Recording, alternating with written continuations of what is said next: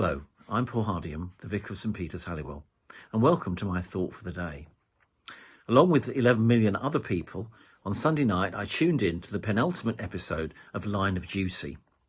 Now, if you've never watched it, you're probably wondering what all the fuss is about. However, it's definitely a very addictive programme. It's full of surprises, full of twists and turns until the cliffhanger at the end. You could say, expect the unexpected. Now, we're currently in the Easter season in the life of the church, that period between Easter Day and Ascension, when we remember how the risen Jesus kept surprising people. He kept turning up in unexpected places at unexpected times. But what is most surprising to me, certainly, is the body of Jesus himself. In Luke 24, we're told that on the first Easter evening, the disciples were meeting behind closed doors, and suddenly Jesus appeared. They were startled and frightened, we read, thinking they saw a ghost. He said to them, "Why are you troubled, and why do doubts rise in your minds? Look at my hands and my feet. Is it I myself? Touch me and see. A ghost does not have flesh and bones, as you see I have." So what sort of body did Jesus exhibit? Well, on the one hand, it was a real body. He was able to eat food and they could touch him. Yet on the other, he was able to appear and disappear at will.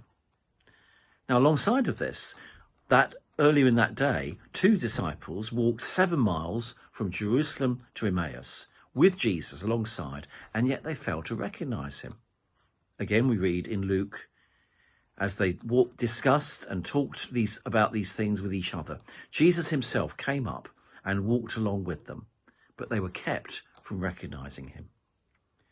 Now, clearly there was something very special about the resurrection body of Jesus. Having passed through death, his body was not subject to decay or death.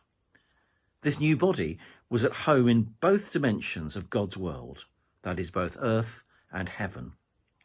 I think people often think that resurrection is simply about life after death or going to heaven. However, Jesus promises a new body for us in God's new world, one that's appropriate for the life of heaven. Now, this is pretty mind-blowing, isn't it? It's a bit like somebody in the 16th century being shown a computer logging onto the internet and trying to make sense of it. However, Jesus demonstrates that the life of heaven is real, perhaps even more solid than this world. This is a theme taken up in C.S. Lewis's book, The Great Divorce. There he pictures flowers and grass being hard, not like wood or iron, but like diamond in the life of heaven. So having said that, how does Jesus provide a model for us when we think about resurrection and resurrection bodies?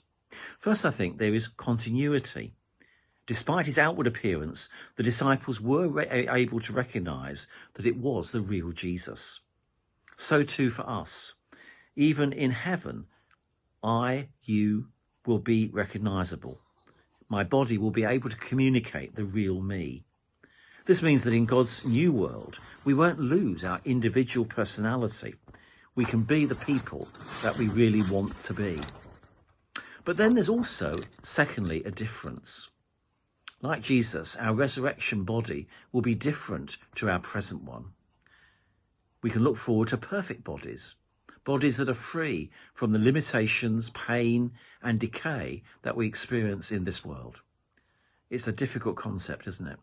But in 1 Corinthians chapter 15, Paul says this: "The body that is sown is perishable, it is raised imperishable. It is sown in dishonour, it is raised in glory. It is sown in weakness, it is raised in power. It is sown a natural body, it is raised a spiritual body." The resurrection of Jesus promises not only transform bodies, but transform lives. If you like, it's like a metamorphosis, the metamorphosis of the caterpillar into the butterfly. I like the story in which one caterpillar says to another caterpillar as a butterfly flies over, "You won't get me up in one of those things." Thank you.